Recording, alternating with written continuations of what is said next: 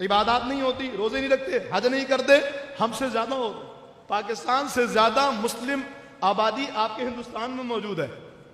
تو پاکستان اس مقصد کے لیے تو بنا ہی نہیں تھا کہ پاکستان میں یہ سارے کام کیے جاتے، کیے جائیں گے، ضروری ہے کیے جائیں، لیکن بھائی پاکستان بنانے کی ضرورت نہیں تھی۔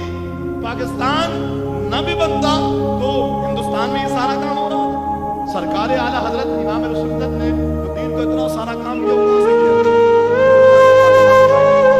اس کے علاوہ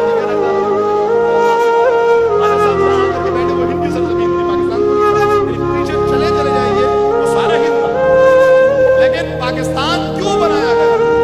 جب نمازیں، عبادتیں اور یہ سارے کام وہاں ہو ہی رہے تھے تو پھر پاکستان کو بنانے کا مقصد کیا تھا؟ میں ایک اس میں جواب دوں، پاکستان کو بنانے کا مقصد یہ تھا کہ ریاستی سطح پر، حکومتی سطح پر، یا یوں کہہ لیجیے اسمبلیوں کے اندر اور اس کے اعلیٰ عہدوں پر اور اس کے عہدے داران یہ سارے کے سارے مل کر کے ریاستی سطح پر نظام مصطفیٰ کا نفاذ کریں۔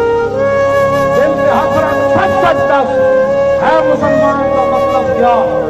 عشق نبی نہیں سینے بچ اطراف ایمان کا مطلب کیا؟